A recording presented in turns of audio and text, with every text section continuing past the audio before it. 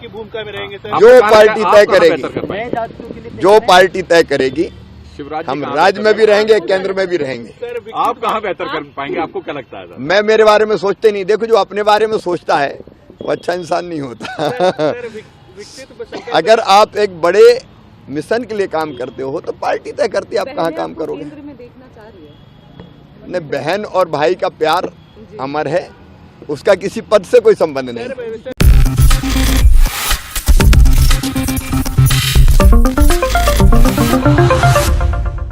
राजस्थान से लेकर मध्य प्रदेश तक इन दिनों सियासत गरमाई हुई है। राजस्थान में हम सभी ने देखा है कि मुख्यमंत्री भजन लाल शर्मा को बनाया गया है और मध्य प्रदेश के नवनिर्वाचित मुख्यमंत्री जो हैं वो मोहन सिंह यादव हैं। ऐसे में देखा जाए तो चर्चा का विषय यहाँ पर पूर्व मुख्यमंत्री बने हुए हैं, जैसे कि राजस्थान में वसुंधरा राजे सिंधिया हैं और मध्य प्रदेश में शिवराज सिंह चौहान हैं। दोनों ही दिग्गज नेताओं पर नजरें इस वजह से टिकती हुई नजर आई कि आखिरकार आने वाले समय में इनका राजनीतिक भविष्य क्या कुछ होगा। तो फिलहाल यहाँ पर तस्वीर साफ होती हुई नजर आई है शिवराज सिंह चौहान के लिए, लेकिन अभी भी सवाल यहां पर उठते हैं कि आखिरकार वसुंधरा राजे सिंधिया का क्या होगा। नमस्कार, मैं प्रांशी राठौर और आप देख रहे हैं नेक्स्ट 9 न्यूज। स्वागत है आपका हमारे स्पेशल प्रोग्राम सियासी सच में, जिसमें आज हम चर्चा करेंगे मध्य प्रदेश के साथ साथ राजस्थान की सियासत के बारे में। जिस तरह से आज देखा गया है कि शिवराज सिंह चौहान जो बीजेपी आलाकमान से मिलने पहुंचे, बीजेपी के राष्ट्रीय अध्यक्ष जेपी नड्डा जी से उन्होंने मुलाकात की और इस मुलाकात के बाद साफ जाहिर हुआ है कि कहीं ना कहीं अब उन्हें राष्ट्रीय उपाध्यक्ष पद सौंपा जा सकता है। लेकिन बात यहां पर वसुंधरा राजे सिंधिया के लिए कर ली जाए तो आज हमारे साथ मौजूद हैं अमन जी, जिनसे हम चर्चा करेंगे कि आखिरकार इस पूरे राजनीतिक समीकरण को लेकर उनका क्या कुछ कहना रहेगा। अमन जी, आपका बहुत बहुत स्वागत है।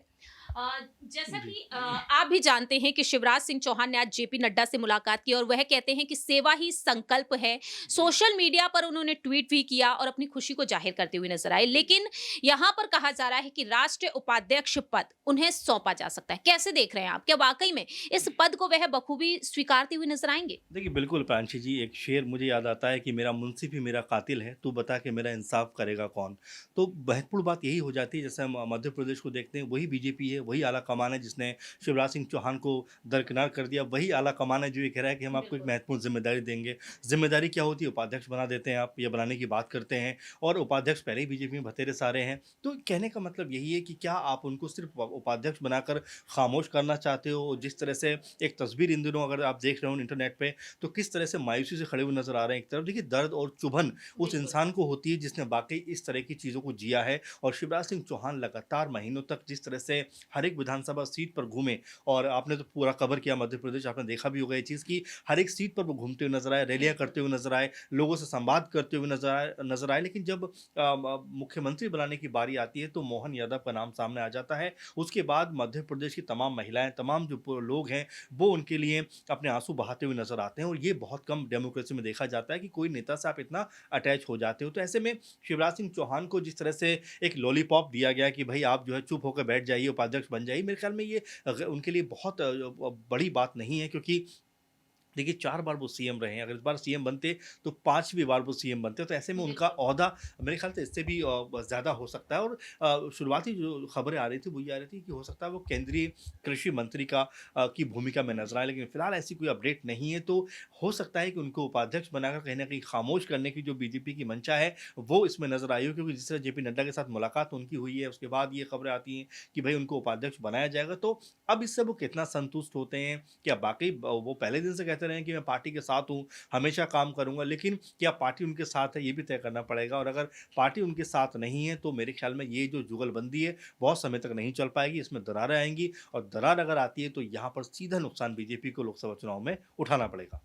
वाकई में देखा जाए, अगर शिवराज सिंह चौहान के लिए यहाँ पर कोई अहम भूमिका नजर नहीं आती है और इसी तरह से उनके चेहरे पर उदासी, मायूसी देखने को मिलती है, तो यहाँ पर बीजेपी आलाकमान की मुश्किलें ही बढ़ेंगी। लेकिन शिवराज सिंह चौहान खुद क्या कुछ कहते हुए नजर आए हैं इस मुलाकात के बाद, सुनिए जरा। 24 का इलेक्शन भी है जिसमें आपकी भी जिम्मेदारी रहेगी, लेकिन भूमिका एक जरूर तमाम लोग भी उम्मीद लगाए बैठे हैं और मिलनी भी चाहिए। इतना लंबा आपका अनुभव है, एक पार्टी के कार्यकर्ता के नाते जो भूमिका पार्टी तय करेगी वो काम मैं करूंगा। केंद्रीय भूमिका में रहेंगे या राज्य की भूमिका में रहेंगे सर? जो पार्टी तय करेगी, जो पार्टी तय करेगी शिवराज जी हम कहाँ राज्य में भी रहेंगे, केंद्र में भी रहेंगे। सर आप कहाँ बेहतर कर पाएंगे, आपको क्या लगता है सर? मैं मेरे बारे में सोचते नहीं, देखो जो अपने बारे में सोचता है वो अच्छा इंसान नहीं होता। विकसित संकल्प अगर आप एक बड़े मिशन के लिए काम करते हो तो पार्टी तय करती है आप कहाँ काम करोगे। केंद्र में देखना चाह रही है। नहीं, बहन और भाई का प्यार अमर है, उसका किसी पद से कोई संबंध नहीं। सर विकसित संकल्प यात्रा में आप जो जा रहे हैं, विकसित भारत संकल्प यात्रा में किस जिम्मेदारी के साथ किस भूमिका में आप रहेंगे? जो पार्टी तय करेगी। अभी कुछ डिसाइड नहीं, अभी तो इस यात्रा में कुछ जगह मुझे जाने को कहा जाएगा और मैं दक्षिण के राज्यों में जाऊंगा। दक्षिण की जिम्मेदारी तो आपको मिली है सर। नहीं कोई जिम्मेदारी मंत्रिमंडल में इससे ज्यादा है। सर एक और बात, मंत्रिमंडल में नए चेहरे होंगे क्या? अब वो तो पार्टी तय करेगी, सलाह मशवरा जो होनी थी हो गया। अब बहुत बहुत धन्यवाद, बहुत बहुत धन्यवाद। गृह मंत्री से मिलेंगे क्या सर? और किसी से आज भारतीय जनता पार्टी विधायक दल की बैठक है और मेरा विधायक दल की पहली बैठक में रहना आवश्यक है, इसलिए आज मैं वापस जाऊंगा और फिर आऊंगा, आपसे बार बार मिलता रहूंगा। आपने सुना कि किस तरह से शिवराज सिंह चौहान ने यहां पर अपनी बात रखी है। तो फिलहाल यहां पर जेपी नड्डा जी से उनकी मुलाकात हो चुकी है। अब राष्ट्रीय उपाध्यक्ष पद उन्हें मिलेगा या फिर नहीं, ये वक्त के साथ साथ ही पता चलेगा। लेकिन बात यहां पर कर लेते हैं वसुंधरा राजे सिंधिया के बारे में, जिन्होंने विधानसभा का अध्यक्ष पद ठुकरा दिया। जेपी नड्डा जी ने जब उन्हें प्रस्ताव दिया, बात यहां पर राज्यपाल पद को लेकर भी अगर की जाए तो क्या वह इसे स्वीकार करेंगी? आखिरकार राज्यपाल पद पर क्या वाकई में वसुंधरा राजे सिंधिया आना चाहेंगी या फिर इसके अलावा बीजेपी आलाकमान के दिमाग में कुछ और ही चल रहा है? क्योंकि वह कहते हैं कि 15 से 16 साल का अनुभव उनके दिग्गज नेताओं के पास है, उन्हें काम दिया जाएगा, जिम्मेदारियां दी जाएंगी और वह उस काम को बखूबी करते हुए भी नजर आएंगे। तो 2024 के लोकसभा चुनाव को देखते हुए वसुंधरा राजे सिंधिया के लिए क्या कुछ विचार विमर्श अब रह गया है? देखिए बिल्कुल, और प्रांशी जी अगर आप देखें, जैसा आपने कहा भी राजे के बारे में और शिवराज सिंह चौहान के बारे में, देखिए अनुभव की सबसे अधिक कह सकते हैं कि आवश्यकता होती है राजनीति में। अगर आप देखेंगे बड़े बड़े पदों पर अमूमन अनुभव के चेहरे ही होते हैं। पीएम मोदी की बात करें, 73 साल के आसपास के पीएम के पद पर बैठे हुए, तो उम्र मेरे ख्याल से बहुत महत्वपूर्ण है अहम पदों पर पहुंचने के लिए। लेकिन जैसे ही आपके जो उम्र बढ़ती है, खासकर बीजेपी में देखा जा रहा है कि चाहे शिवराज सिंह चौहान हो, देखिए अभी उम्र 64 साल है, ऐसा कोई बड़ी उम्र नहीं, लेकिन उसके बावजूद भी पद से उनको हटा दिया जाता है। राज्य भी 70 के आसपास है और रमन सिंह भी यही कुछ एज के हैं। तो देखिए अनुभव का आपको इस्तेमाल करना चाहिए। ठीक लोकसभा चुनाव से पहले आप ऐसी गलती कैसे कर सकते हैं? जब आपके अनुभवी लोग अगर पदों पर बैठे होंगे तो उनके ऊपर ज़्यादा एतबार लोगों का होगा। लेकिन आप हमेशा जिस तरह देखा जा रहा है कि गलती बारंबार दोहराते रहें, कभी आप यशवंत सिन्हा को साइडलाइन कर देते हैं, कभी शत्रुघ्न सिन्हा को साइडलाइन कर देते हैं, कभी शिवपाल कह सकते हैं शिवराज सिंह चौहान को साइडलाइन कर देते हैं, कभी रमन सिंह को, तो कभी वसुंधरा राजे को। तो ऐसे में लगातार जो बीजेपी की मंशा है वो ये है कि पार्टी में जो गुजरात लॉबी है उसके मुकाबले कोई खड़ा ना हो पाए, यही बारंबार देखने को मिल रहा है। राज्य को भी मेरे ख्याल से इसी मंशा के तहत साइडलाइन किया गया। अब राज्यपाल बना दें या कुछ बना दें, राज्यपाल बनने के बाद जो राजनीति है वो कहाँ की रह जाती है, आप मुझसे बेहतर जानते होंगे कि वो एक पद पर जो संवैधानिक पद है वहाँ बैठते हैं तो राजनीति का चांस तो वहाँ पे बनता ही नहीं, खत्म हो जाता है। तो कुल मिलाकर बीजेपी को ने, जैसा भी मैंने पहले भी शिवराज सिंह चौहान के बारे में कहा, कि संतुष्ट करके खामोश करने का जो प्रयास बीजेपी कर रही है, मेरे ख्याल से वो प्रयास बहुत सफल नहीं होगा उनका। और अगर राजे चूंकि धुरंधर लीडर रही हैं और हमेशा मुखर चेहरा वो कह सकते हैं वक्ता रही हैं और एक बड़ा चेहरा बीजेपी का रही हैं, अगर उनको इस तरह की कह सकते हैं कि सांत्वना देने का प्रयास किया जाएगा तो ये बीजेपी के लिए अच्छा चीज़ नहीं होगा। क्योंकि पहले भी मैंने आपके प्रोग्राम में बोला है कि 25 सीटें राजस्थान से आती हैं, अगर वहाँ पर राजे को खफा करते हैं तो देखिए 50-60 तो विधायक उनके उस समय ही आ गए थे पास में, जब परिणाम के तुरंत 1-2 दिन के अंदर नजर आए। तो ऐसे में उनकी जो ताकत है आप समझ पा रहे हो, लेकिन अगर आप उनको इस तरह से अलग थलग डाल दोगे तो ये बीजेपी के लिए भी अच्छी चीज़ नहीं होगी, क्योंकि जो विधायक है वो भी इससे मायूस हो जाएंगे और ये बीजेपी का अपना लॉस होगा। मैं आपको फिर कह रहा हूं कि अति आत्मविश्वास किसी के लिए भी घातक है, चाहे वो बीजेपी है, कांग्रेस पार्टी है, क्योंकि 2018 में हम लोग देख चुके हैं कांग्रेस पार्टी ने दोनों ही जगह पर अच्छा प्रदर्शन किया, लेकिन लोकसभा सीटों में वो कहीं भी नहीं ठहर सके। तो कहीं इसका उलट बीजेपी के लिए ना हो जाए, क्योंकि अब जो लोकसभा चुनाव में इंडी गठबंधन चुनाव लड़ता हुआ नजर आएगा, सारी पार्टियां अगर एक साथ आएंगी तो इसमें बीजेपी को नुकसान होने की ज्यादा संभावना। तो इसीलिए जो उनके वरिष्ठ नेता हैं उनको एक बेहतर मुकाम देना उनके लिए जरूरी है। आखिरी छोटा सा सवाल रहेगा, क्या लोकसभा चुनाव ये दोनों ही दिग्गज नेता लड़ते हुए देखे जा सकते हैं या फिर नहीं? देखिए बिल्कुल, और अभी तो ये हालांकि दूर की कौड़ी है, लेकिन फिलहाल उससे पहले हम देखें, क्योंकि अभी 5-6 महीने का वक्त प्रियांशी जी है लोकसभा चुनाव में।